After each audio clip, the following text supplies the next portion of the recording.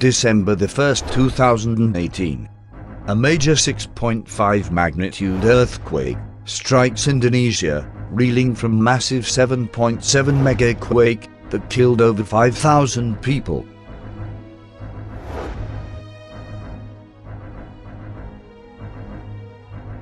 John 13:19.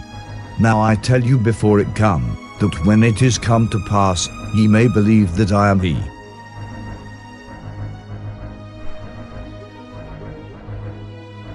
Prophecy, August 26, 2018. In the spirit, the Lord reveals a major earthquake in the region of Southeast Asia shortly.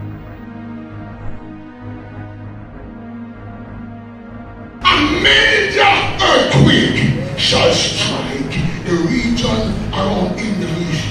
A major earthquake will come shortly in that area. It is wise to take our precaution where possible.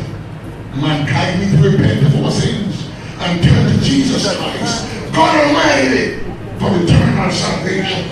The only one who can credibly reveal things